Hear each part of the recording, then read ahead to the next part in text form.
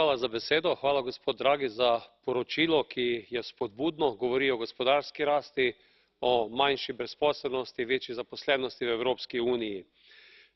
Moja vprašanja so tri. Prvič, kaj bo naredila Evropska centralna banka, da bodo državne finance, predvsem pa finance bank v prihodnje zdrave, da ne bo prišlo do ponovnega plačevanja in pa plačevanja slabih kreditov s strani davkoplačevalcev držav.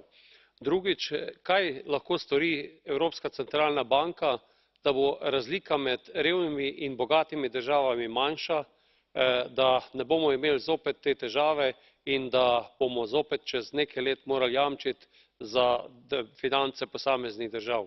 In tretje vprašanje, kaj ima namen Evropska centralna banka narediti na področju kriptovalut? Vedno večja je ta kapitalska vrednost, baloni so veliki in če želimo imeti urejene te kriptovalute, mora tudi Evropska centralna banka narediti odločne korake v smeri ureditve tega področja. Prispevek ali dva sta govorila o bitcoinu in pa drugih kriptovalutah.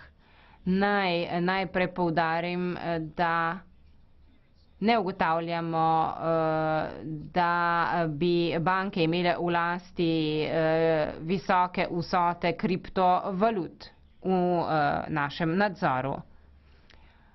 Pravzaprav banke kažejo omejen apetit po kriptovalutah, kot je bitcoin, kljub temu, da vlada veliko zanimanje javnosti za kriptovalute.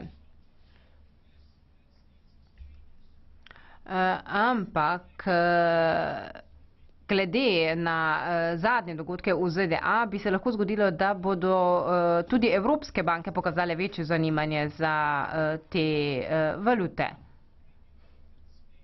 Vendar pa se moramo zavedati, da se kriptovalute nahajajo na nereguliranem tržišču in zaradi tega predstavljajo veliko tveganje.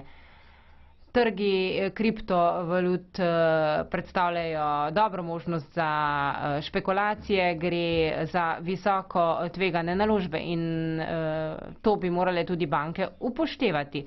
Trenutno kriptovalute niso predmet posebnega nadzora. Poteka pa ocena morebitnega bonitetnega tveganja, ki bi ga lahko te kriptovalute predstavljale za bančne inštitucije v Evropski uniji.